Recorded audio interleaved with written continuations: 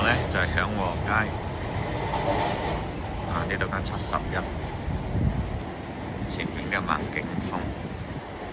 好啦，呢條路行過去呢，就係荃灣廣場。好啦，你睇下咁多垃圾，幾大袋又難為阿姐又執呢啲垃圾外判商。原來夜晚黑香港搭垃圾呢係唔犯法嘅。垃圾桶呢就執到滿晒，幾多？地下發泡膠、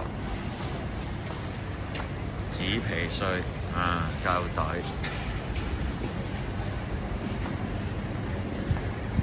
煙頭，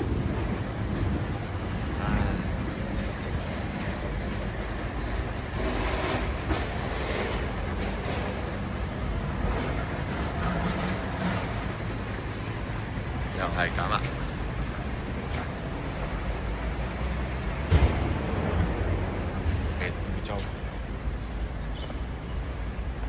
唯一有個好處就係因為咪錶加咗價之後，而家呢朝頭早呢，而家7:40就有好多車位。對面呢嗰啲係泊2個鐘，呢邊係半個鐘，就咁啦。每日都係咁。原來夜晚黑抌垃圾唔犯法嘅，我都問下律師先得。香港啲食環署呢，唔知又去咗邊啦？嗰邊，又唔係一邊噶啦，呢邊幾犀利！有外判阿姐喺度，真係難為阿姐，日日要執咁多垃圾，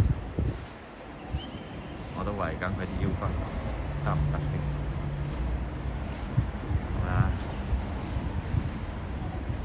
講乜都冇謂，又到好彩酒樓啦〜